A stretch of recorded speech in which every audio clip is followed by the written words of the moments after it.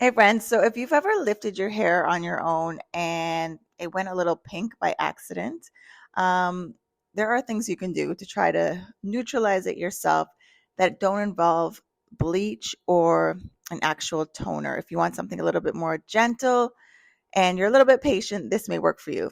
Now, if you can see, I was just comparing that color because it's definitely like a salmon sort of color, kind of pinkish in certain light.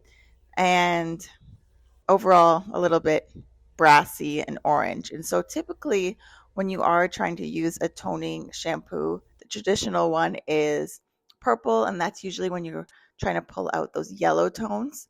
But because it's kind of more of an orangey tone that we're trying to pull out, or pinky, we're going with blue. And this is by Joico. Perhaps there are other brands that work just as well, but I've been using this and this has been good for me, and I've used this several times. I will say with each wash, it became more and more neutral and less of that brassy color. So this is one wash, and then I'm going to follow up with another one, and it really started to look more blonde and more of the tones that I was going for. And this is all to do with color theory. Of course, if you're going from dark to light, you're passing through red tones from brown, and sometimes it can end up pink. And so really, the opposite of red would be green, but with pink, I think blue works just fine. I hope this was helpful. I will see you guys in the next video. Leave any questions below.